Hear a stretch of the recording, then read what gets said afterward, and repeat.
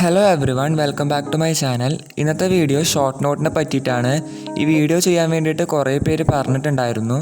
അതുകൊണ്ടാണ് ഈ വീഡിയോ ഞാൻ ചെയ്യുന്നത്. കുറച്ച് ഡിലേ ആയെന്നറിയാം. ഇതിനായിട്ട് ഞാൻ എടുത്തിട്ടുള്ള മെറ്റീരിയൽസ് എല്ലാവരും കോമൺ ആയിട്ട് യൂസ് ചെയ്യുന്ന കാര്യങ്ങളൊക്കെ തന്നെയാണ്.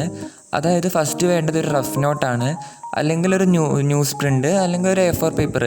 ഷോർട്ട് നോട്ട് എഴുതുമ്പോൾ മാക്സിമം 1-2 പേജിൽ തന്നെ എല്ലാം കൊള്ളിക്കാൻ വേണ്ടി ശ്രമിക്കുക. പിന്നെ ഒരു ഡീറ്റെയിൽഡ് ആയിട്ടുള്ളൊരു നോട്ട്, ഇത് നോട്ട്ബുക്കാണ്. പിന്നെ ടെക്സ്റ്റ് ബുക്ക്, ഏത് സബ്ജക്റ്റാണോ ഉള്ളത് ആ സബ്ജക്റ്റിൻ്റെ ടെക്സ്റ്റ് ബുക്ക്. ഇപ്പോൾ ഞാനിവിടെ ടെക്സ്റ്റും എടുത്തിട്ടുണ്ട്, നോട്ടും എടുത്തിട്ടുണ്ട്.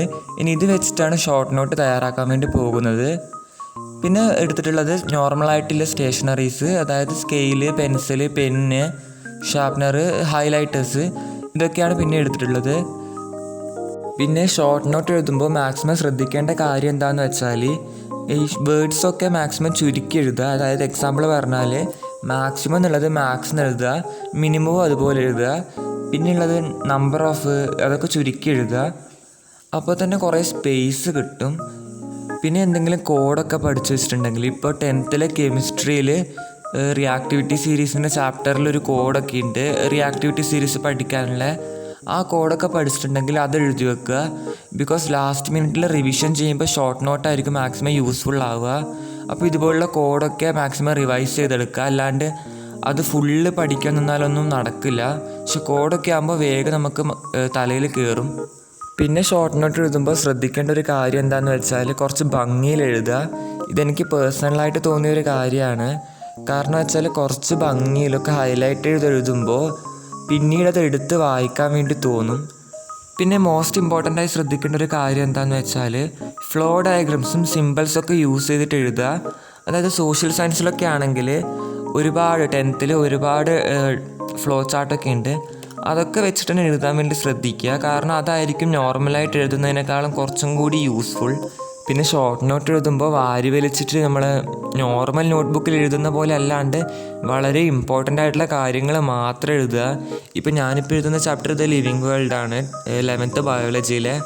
അതിൽ ഷോർട്ട് നോട്ടിൽ ഇപ്പോൾ ഇതിൽ കുറച്ച് കാര്യങ്ങളുണ്ട്, എന്നാലും ഷോർട്ട് നോട്ട് എഴുതുമ്പോൾ അതിൽ കുറേ കാര്യങ്ങളൊക്കെ ഞാൻ ഒഴിവാക്കി.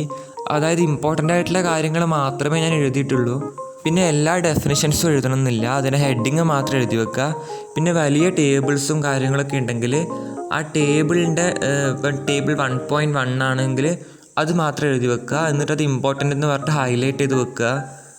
പിന്നെ ഹൈലൈറ്റ് എവരി ഇമ്പോർട്ടൻറ്റ് പോയിൻറ്റ്സ്. കാരണം വെച്ചാൽ ഇതിൽ ഓരോ ഹെഡിങ്ങും ഹൈലൈറ്റ് ചെയ്ത് വെക്കുക. ഹെഡിങ്സൊക്കെ ഒരു കളർ വെച്ചിട്ട് ഹൈലൈറ്റ് ചെയ്ത് വെക്കുക. പിന്നെ ഈ ഫ്ലോ ചാർട്ടൊക്കെ സ്കെച്ച് വെച്ചിട്ട് കോളം വരച്ച് വെക്കുക. അതായത് അതൊക്കെ ഇമ്പോർട്ടൻ്റ് ആണെന്ന് ഓർക്കാൻ വേണ്ടിയിട്ടാണ് അങ്ങനെയൊക്കെ ചെയ്യാൻ വേണ്ടി പറയുന്നത്. അതുപോലെ തന്നെ ഞാൻ കോഡൊക്കെ പഠിച്ചിട്ടുണ്ടെങ്കിൽ അത് എഴുതി വെക്കാൻ പറഞ്ഞിട്ടുണ്ടായിരുന്നു. അതും വേറൊരു സ്കെച്ചിനെ കൊണ്ടിട്ട് ഹൈലൈറ്റ് ചെയ്ത് വെക്കുക. അപ്പോൾ ഞാൻ പറഞ്ഞ കാര്യങ്ങളൊക്കെ മനസ്സിലായെന്ന് വിശ്വസിക്കുന്നു. ഇതിപ്പോൾ ഞാൻ ഷോർട്ട് നോട്ട് ഇപ്പോൾ ഓൾമോസ്റ്റ് എഴുതി കഴിഞ്ഞു. ഇനി ഞാൻ ഹൈലൈറ്റ് ചെയ്യുന്നതൊക്കെ കാണിച്ചു തരാം. അപ്പോൾ ഞാനിവിടെ ഗ്രീൻ ഹൈലൈറ്റർ വെച്ചിട്ട് അതിൻ്റെ ഓരോ ഹെഡിങ്സും ഹൈലൈറ്റ് ചെയ്ത് കൊടുക്കുകയാണ്. ഇപ്പോൾ വാട്ട് ഈസ് ലിവിങ് എന്ന് പറയുന്നത് ഇവിടെ ഒരു ഹെഡിങ് ആണ്. അപ്പോൾ അതൊക്കെ ഞാൻ ഹൈലൈറ്റ് ചെയ്ത് കൊടുക്കുകയാണ്. അങ്ങനെ ഏതെങ്കിലും ഒരു ഹൈലൈറ്ററിൻ്റെ കളർ വെച്ചിട്ട് ഹൈലൈറ്റ് ചെയ്ത് കൊടുക്കുക. പിന്നെ ഒരു ഹൈലൈറ്റർ കൊണ്ട് മാത്രം ഹൈലൈറ്റ് ചെയ്യാണ്ട് ഡിഫറെൻറ്റ് കളേഴ്സ് കൊണ്ട് ഹൈലൈറ്റ് ചെയ്യാൻ വേണ്ടി ശ്രദ്ധിക്കുക. അതായത് ഹെഡിങ്സൊക്കെ ഒരു കളറുമുണ്ട്, സബ് ഹെഡിങ്സൊക്കെ ഒരു കളറുമുണ്ട്. പിന്നെ വേറെ എന്തെങ്കിലും ഇമ്പോർട്ടൻ്റ് ആയിട്ടുള്ള കാര്യങ്ങളൊക്കെ ഉണ്ടെങ്കിൽ അത് വേറെ കളറുമുണ്ട്. അങ്ങനെ ശ്രദ്ധിക്കുക. ഇതിപ്പോൾ ഞാനിവിടെ ഹെഡിങ്സൊക്കെ ഗ്രീൻ കളർ കൊണ്ട് ഹൈലൈറ്റ് ചെയ്യാണ്. പിന്നെ ബ്ലൂ കളർ കൊണ്ട് സബ് ഹെഡിങ്സൊക്കെ ഹൈലൈറ്റ് ചെയ്യാണ്. അതായത് ചെറിയ ചെറിയ ഡെഫിനിഷൻസൊക്കെ ഉണ്ടാവുമല്ലോ, അതിൻ്റെ ഹെഡിങ്ങാണ് ഇപ്പോൾ ഞാനിവിടെ ഹൈലൈറ്റ് ചെയ്യുന്നത്. അത് കഴിഞ്ഞതിന് ശേഷം ഞാൻ ഈ ഫ്ലോ ചാർട്ടൊക്കെ വരച്ചെഴുതാൻ തന്നെ പറഞ്ഞിട്ടുണ്ടായിരുന്നു. അപ്പോൾ അതുപോലുള്ള ഫ്ലോ ചാർട്ട് ഉണ്ട്. ആ ഒരു ഫ്ലോ ചാർട്ട് ഞാനൊരു സ്കെച്ച് ഉപയോഗിച്ചൊരു കോളം വരയ്ക്കുകയാണ്. അതായത് അത് ഇമ്പോർട്ടൻ്റ് ആണെന്ന് മനസ്സിലാക്കാൻ വേണ്ടിയിട്ടാണ് അങ്ങനെ ചെയ്യുന്നത്. ഇമ്പോർട്ടൻ്റ് ആയിട്ടുള്ള കാര്യങ്ങൾ മാത്രമേ ഷോർട്ട് നോട്ടിൽ എഴുതിയിട്ടുള്ളൂ. എന്നാലും കുറച്ചും കൂടി അട്രാക്റ്റഡ് ആയി, പിന്നെ അത് വായിക്കാൻ വേണ്ടി തോന്നാനൊക്കെ വേണ്ടിയിട്ടാണ് ഞാൻ ഇങ്ങനെ ചെയ്യുന്നത്. അതൊക്കെ ഓപ്ഷണലാണ്, വേണമെങ്കിൽ ചെയ്താൽ മതി. പിന്നെ അതിൻ്റെ സൈഡിൽ തന്നെ ഞാനത് പഠിക്കാനുള്ള കോഡ് എഴുതിയിട്ടുണ്ട്. ആ കോഡും കൂടി ഞാൻ ഹൈലൈറ്റ് ചെയ്ത് വെക്കുന്നുണ്ട്.